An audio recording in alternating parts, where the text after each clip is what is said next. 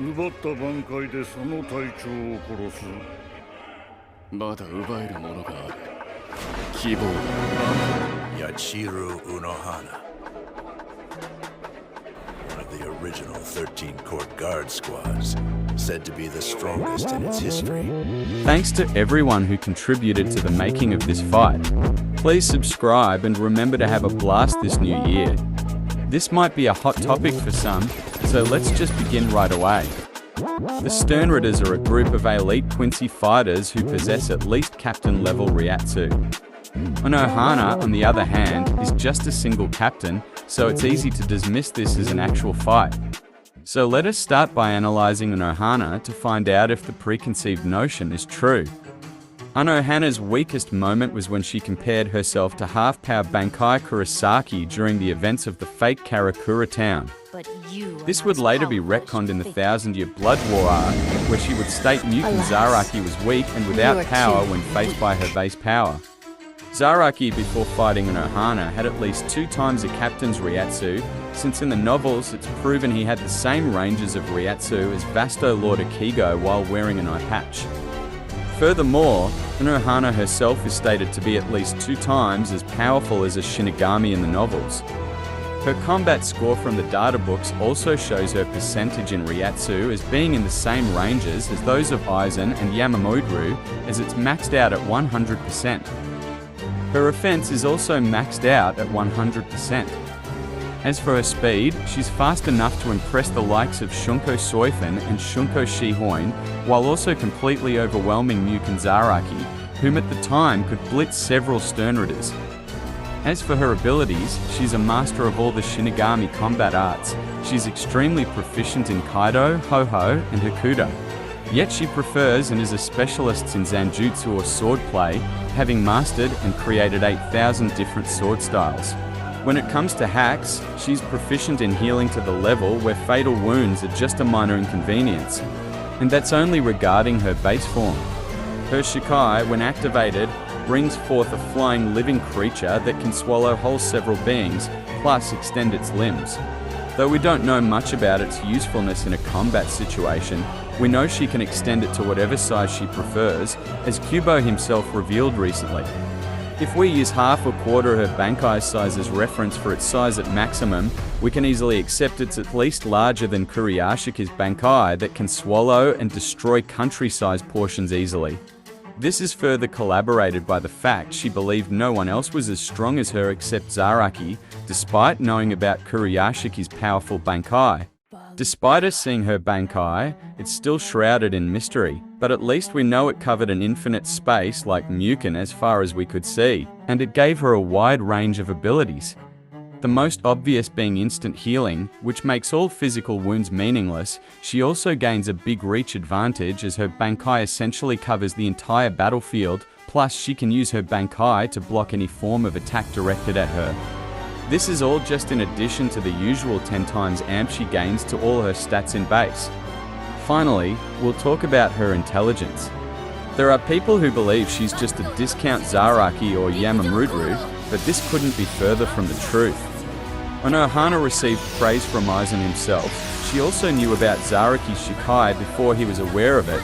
She found a way to unlock Zaraki's power that he had suppressed. Stating she couldn't use tricks against Zaraki doesn't mean she fights like Zaraki or is less capable in her combat IQ. A lot of people, in the efforts of trying to praise Shunsui, usually assume Unohana wouldn't make a good head captain because she's too similar to Yamamudru, when this isn't factual. Unohana was ready to work with Kurosaki when Yamamudru only considered him human. She also was willing to help out an Espada and a Vizard when Yamamudru didn't show that amount of compassion to either groups. She was also able to avoid a confrontation with her enemy by just talking to them. So she's definitely quite gifted in terms of her intelligence and combat IQ. For the preconceived notion that this shouldn't be a fight, I hope it has faded away. Now let us get to the meat of the discussion. The Quincy Sternritters are definitely powerful, but they're also quite prideful, so they won't attempt to fight Unohana right away, except for some factions. So I'll make this easier by creating my own factions, starting with the low-tier Sternritters. These guys won't be able to harm Mukin Zaraki, let alone interest Unohana in the slightest, she will use Talk no Zanjutsu on them. And if it doesn't work, they're all dead. You're a victim. Here we go, CSI. Now on to the mid-tier Sternritters. Some have noteworthy hacks like Pepper-sama, but ultimately she's just too fast for them to land their abilities on her effectively. So this will be a massacre without effort in favor of Unohana. You're a victim. Here we go, CSI. Now on to the high-tier Sternritters. Contrary to what most people believe, Nuken Zaraki was on this tier of power as he was able to absolutely destroy low-tier Sternritters while wearing an eye patch, and was above the Espada when Opie was destroyed by Iron and killed by Grimjo, who are weaker than Yami. This would easily mean Unohana is more than capable of handling each one of these guys while in her base without difficulties, but as a collective, she'll have to dodge and react to most of them at the same time, especially the Bambis who could fight a holding back true Shikai Kigo. So does she need her Shikai? Not necessarily. With her Shikai, she can swallow whole a lot of them, which will be a no difficulty fight. But in her base, using her Zanjutsu and Kaido, she should win the fight with the high-tier Sternritters using mid-effort. You're a victim. Here we go, CSI. Now on to the elite-tier Sternritters. The elite-tier Sternritters before the AMP would all get botted. Nimaya confirmed he used less than a single court guard squad's power to perform his impressive feat, which would place an above Shinigami like Unohana at an advantage. But this is only possible with her Shikai at mid-difficulty. As for her base, she'd definitely be capable of handling them 1v1, but as a collective, the elite-tier Sternritters have the advantage since we haven't seen her handle multiple strong characters with success like Nimaya. Post-AMP, the true elites will survive, and we know they require Squad 0 level Bankai to defeat them as a collective. Naturally, we'll only continue the fight on a 1v1 case. Askin confessed he'd have trouble against someone like Unohana. On top of this, he needs to survive an attack in order to adapt and defeat his opponent, so he's definitely losing to someone who can swallow him whole or kill him with a single strike. As for the other elite Sternritters, they require very extreme and specific circumstances to be defeated. Unfortunately for Unohana, she doesn't seem to possess those abilities needed to handle them, but she does possess the ability to stalemate them by constantly healing herself.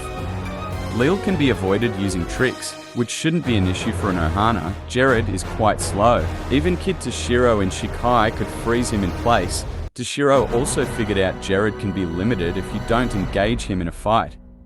As for Pernida, it's the trickiest out of the elites and might be a problem. Except Unohana has one of the best senses, to the point where she can tell who's lost their Bankai from a distance or see through Aizen's complete hypnosis. So she'll realize what Pernida is and its techniques. Now on to the Outliers. Royd is a powerful Sternritter who's equal to 80% of base Yuhabaha.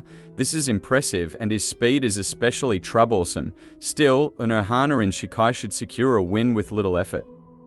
Then we have Gremmy, an extremely gifted and scary Sternritter who's definitely capable of defeating Unohana after maybe 10 clones upwards. But due to his lack of combat experience, he will lose to Unohana, who won't encourage him to not self-destruct like Eye Patch Zaraki.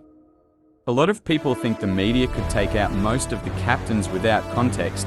The area was closed off by the walls, hence it could definitely kill most of the captains that were trapped. But if Unohana fights Gremmy in an unenclosed area, she should have enough time to just dodge it safely. Hence, the fight against Gremmy is either a stalemate or a high difficulty fight in favor of Unohana due to her combat IQ. The third and fourth outliers are Yuryu and Jugram. Their speed is a problem for Unohana. On top of this, their abilities perfectly resembles hers, since they can also heal their wounds. But the difference is, while she can heal her wounds even when they're fatal, she will need to heal the shared wounds as well, which is a problem for her. This is especially troublesome for her since they don't have to use their Ryatsu to heal, so their stamina won't just run out. So while she can technically stalemate the likes of Leal by constantly healing herself, when it comes to Yuryu and Jugram, it won't be a viable strategy. The final outlier is Yhwach himself, and this should be a clear loss for her in favor of Yhwach with mid difficulty. I mean, Yhwach believed he could kill an immortal like Aizen, so healing shouldn't be a problem for him. So to conclude, out of the entire group of Sternritters, Unohana should only have trouble against the collective of elite Sternritters, and in a 1v1 scenario, she should stalemate 3 elites and lose to 3 outliers. If you have any issues with the outcome of the fight, I would love to discuss with you down below in the comment section. Please subscribe to support the channel, and do all have a fruitful year ahead.